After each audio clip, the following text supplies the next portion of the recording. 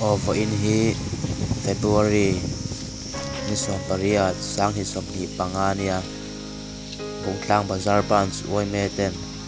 khor chung te pual natlang an neya he member hi zabor velan thok chuaka atlan an sema thenin tuna hin an siam zo to a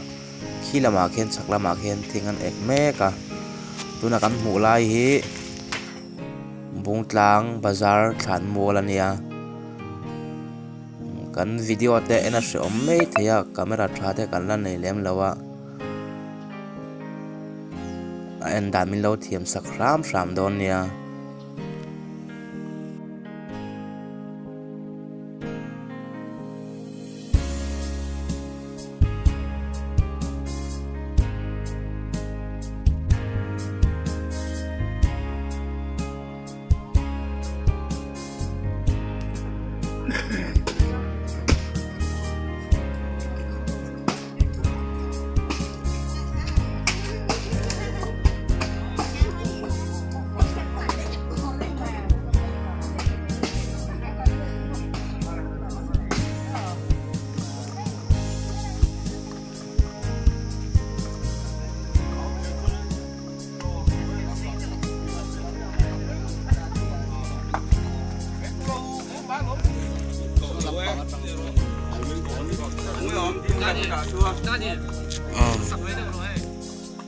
mò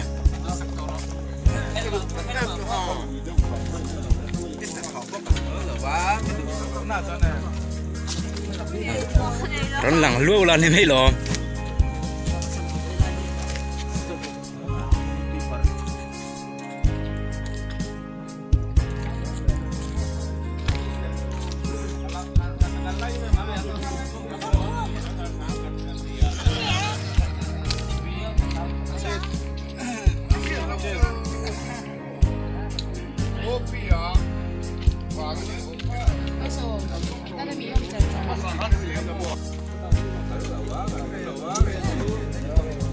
hai lùng tuôn